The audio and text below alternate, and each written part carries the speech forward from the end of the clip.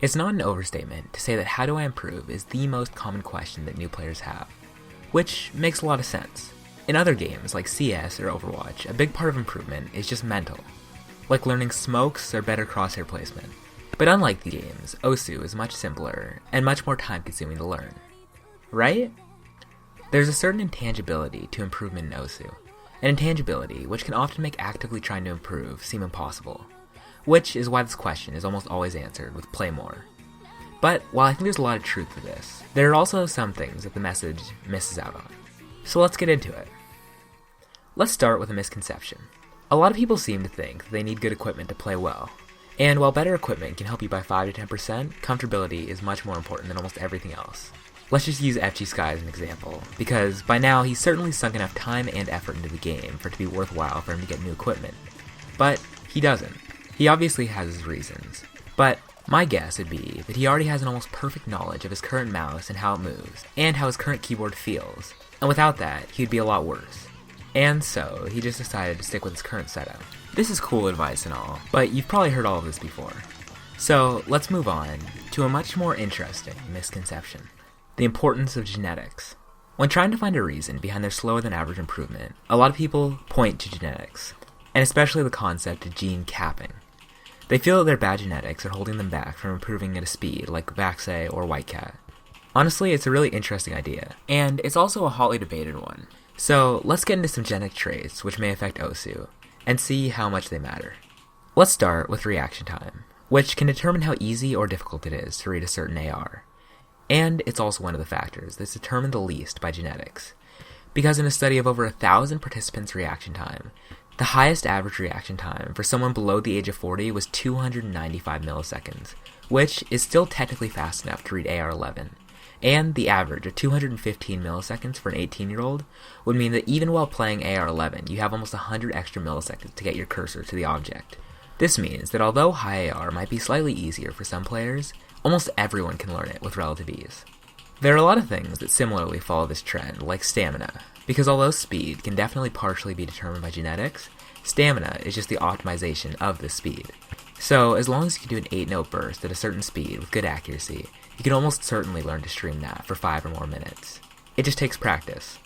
But even though almost everything in the game follows this trend, there are two things that are much more closely related to genetics: stream speed and single tap speed. First, let's get single tap speed out of the way, because if you can't single tap quickly, just alternate. Most top players use some variation of it on maps that exceed 280 BPM, and it's clearly proven itself to be just as, or maybe even more viable than single tapping. But then there's the more complicated one: stream speed.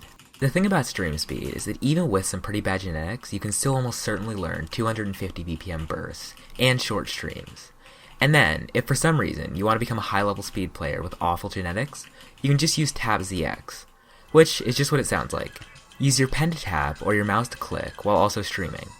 It's a bit controversial due to using 3 inputs, but with players like Doki and Yazen using it to great success, like properly streaming Hidamari no Uda, and even hitting space streams, it's pretty obvious that this playstyle is actually really viable, and just like alternating, it can help to flatten the playfield, to where practice and technique matter much more than genetics. Then the last thing to cover is aim, which I would say is arguably the least determined by genetics. The reason for which I think was put pretty well in this tweet from Whitecat, where he said, "Reading is a lot more important for good aim than most people think." This may seem slightly irrelevant at first, but since aim is really just a matter of seeing a circle and then turning it into a hand movement to hit that object, if you can move your cursor up and down in a 1-2 motion very quickly, then you aren't gene capped in terms of aim, since, that's the way most 1000 PP plays are achieved. And as previously stated, reading is one of the things that is the least genetics dependent. And with all of this combined, it's sort of hard to make a case that you're gene capped. And so, if you're not gene capped, then why aren't you improving like Whitecat or Vaxe? Is there actually any way to improve much faster? Well, yes. Sort of. Play more is always going to be the best advice, but I think playing smarter also plays a large part in improvement. So let's break down how to do that. First, let me start with the fact that I'm not a top player.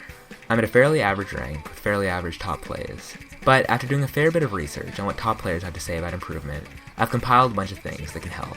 And I've even ran a little experiment to test this. And so, hopefully, I can provide some advice that's just slightly better than play more.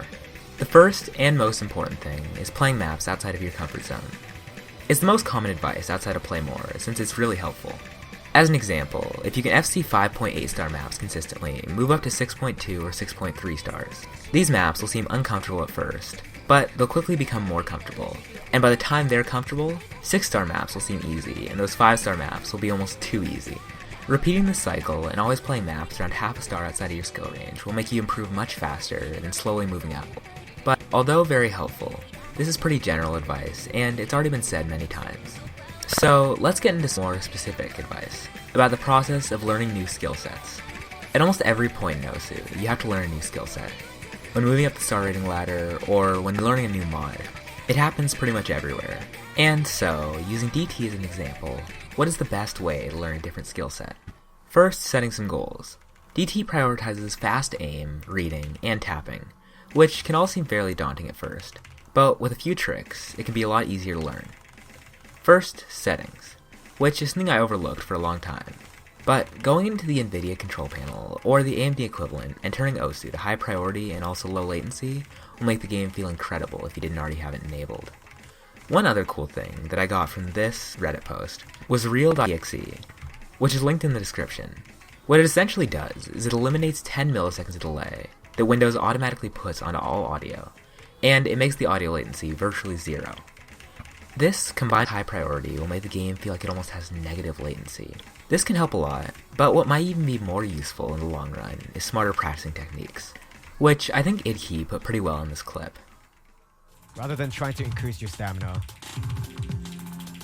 play super stupid maps that change in a lot of patterns like this one, where you see single taps, triples, 5 notes, quints, as you call them, and that'll increase your stamina. Obviously here he's talking about streams, but what he said can apply to almost every skill set in the game. For example, when trying to learn AR9 with DT, try not playing farm maps, especially those like Reform, which purposefully try to make AR9 easier, but instead just play random maps until you find one with patterns that seem much harder than you would like. Putting these into a folder and playing the maps until the patterns don't seem quite as hard anymore can make learning to read high AR a lot easier. Just like idkey said, find dumb maps and play them until they don't seem quite as dumb anymore. One thing to use to achieve this could also be FunOrange's map editor, which can make maps into pretty much whatever you want them to be. It's a bit better than using McOSU, which has similar features, but since it uses different code, it feels a bit different. This can also help with another important thing, focusing on one skill at a time. Instead of trying to DT AR 10.3 270 BPM when you can only read AR 10 and 240 BPM, play a map which pushes you more in one than the other, either higher BPM but a more comfortable AR, or vice versa, since increasing both at the same time can often cause mashing because it's too far out of what's comfortable. Once you master one of these skills, then moving on to the next will be much easier, and even though they may seem unconnected, you put strain on your tapping hand when having difficulty reading, and it's harder to read when focusing on tapping, making learning one before the other beneficial. Improving things one by one in a disciplined manner is the key to success. And then I guess there's a few other suggestions. Watching replays can be a good way to see how you missed, especially on maps where you're having trouble reading. Also, while jump and stream practice maps are cool, they can only take you so far.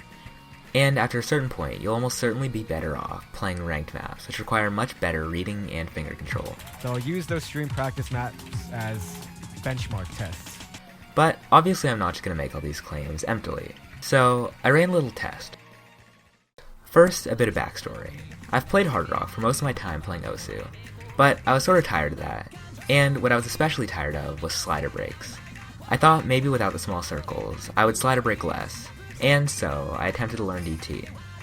What's playing in the background right now are some DT runs that I did on my first day, where it's painfully obvious that I lack both the reading, finger control, and tapping speed to play DT maps, above 250 BPM or AR 8.8. But after some practice, I was able to get here. It took about a month, but overall I ended up getting a new top play and almost my first 7-star FC. And it's pretty funny to see that after a year and a half of trying to learn a mod and failing, changing the way I practiced, I was able to learn one in just a month. And so, I would call this experiment a success. Let me end with this. OSU is a game, and the point is to have fun, which sometimes make playing for improvement feel sort of backwards. Which makes sense, Trying to improve can be frustrating and sometimes just downright demotivating. But it also has a flip side, because seeing the improvement you work hard for can feel incredible. And as long as you don't tunnel vision too much on it, it can be one of the most rewarding experiences you can get from the game. And so I would recommend trying it out. Maybe try a new mod or a new playstyle just because. It can't make you any worse, and you might find something that you like a lot more than what you're doing now. It may be daunting at first, but with enough practice and the right mindset, maybe someday down the road, this could be you.